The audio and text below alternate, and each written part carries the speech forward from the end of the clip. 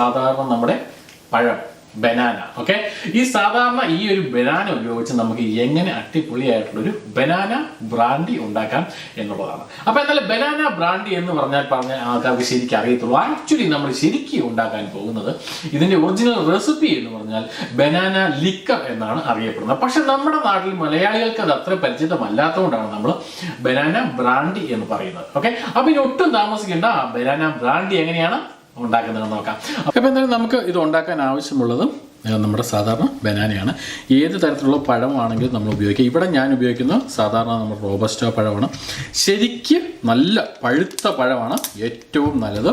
ഇത് അത്രയും പഴുത്തിട്ടില്ല ശരിക്കും സത്യം പറഞ്ഞാൽ. പക്ഷെ നിങ്ങളൊക്കെ എടുക്കുവാണെങ്കിൽ ശരിക്കും പഴുത്തിട്ടുള്ള നല്ല ഡോട്ടൊക്കെ വീണേക്കുന്ന പഴമുണ്ടല്ലോ, നമുക്കറിയാലോ. അതുപോലത്തെ ഏത് വേണമെങ്കിലും ഉപയോഗിക്കാം. ഏറ്റവും നല്ലത് റോബസ്റ്റ ആണെന്ന് മാത്രമേ ഉള്ളൂ. പിന്നെ ഈ ഒരു ആവശ്യത്തിനായിട്ട് നമുക്ക് ഏത്തപ്പഴം ഉപയോഗിക്കേണ്ട ആവശ്യമില്ല. അത് അത്രയും പെർഫെക്റ്റ് ആയിരിക്കില്ല. പകരം ബാക്കിയുള്ള ഏത് പഴവും ഉപയോഗിക്കാം. അപ്പോൾ എന്നാലും ഞാൻ ആദ്യം തന്നെ 3 പഴമാണ് ഇവിടെ എടുത്തിരിക്കുന്നത്. ഞാൻ ഏകദേശം ഉണ്ടാക്കാൻ പോകുന്നത് 1/2 ലിറ്ററാണ്. അതുകൊണ്ടാണ് ഒരു 3 പഴം എടുത്തിരിക്കുന്നത്. നമുക്കിതിൻ്റെ തൊലി കളഞ്ഞെടുക്കാം. ഞാനിവിടെ തൊലി കളഞ്ഞെടുത്തിട്ടുണ്ട്. ഞാൻ ഒരിക്കൽ കൂടി പറയുന്നു, നിങ്ങൾ എടുക്കുമ്പോൾ ഏറ്റവും ശരിക്കും പഴുത്ത പഴം എടുക്കുക. എനിക്കിത് കിട്ടാത്തതുകൊണ്ടാണ് ഞാൻ ഇതുപോലത്തെ എടുത്തത് മാത്രം. അതിന് ശേഷം ഇതുപോലെ ചെറിയ പീസാക്കി നമുക്ക് മാറ്റാം. അപ്പോൾ അതിന് ഞാനൊരു കാര്യം ചെയ്യുന്നു, ഞാൻ മറ്റൊരു ബൗൾ എടുത്തു.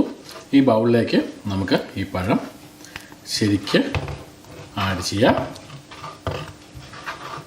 ഇതുപോലെ ഞാൻ ശരിക്ക് പഴം ഒന്ന് സ്മാഷ് ചെയ്തെടുത്തിട്ടുണ്ട്.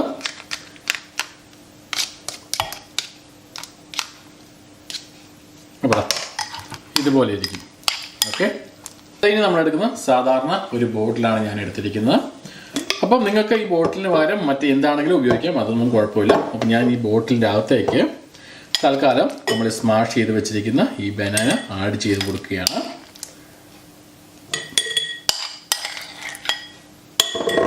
ഇനി നമുക്ക് വേണ്ട നെക്സ്റ്റ് ഇൻഗ്രീഡിയൻറ്റ് ഏതെങ്കിലും വൈറ്റ് റം, അതല്ലെങ്കിൽ ഏതെങ്കിലും വോഡ്ക. ഓക്കെ, ഏത് കമ്പനിയുടെ ആണെങ്കിലും ഉപയോഗിക്കാം.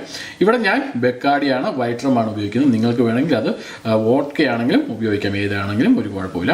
അപ്പം ഞാൻ ഈ ബെക്കാഡിയുടെ വൈറ്റ് റം ഇതിലേക്ക് ആഡ് ചെയ്യുകയാണ്.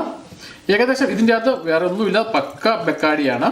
ഇതിൻ്റെ അകത്ത് നമ്മൾ വേറെ ഒന്നും ആഡ് ചെയ്തിട്ടില്ല, വെള്ളമോ കാര്യങ്ങളോ ഒന്നും ആഡ് ചെയ്തിട്ടില്ല.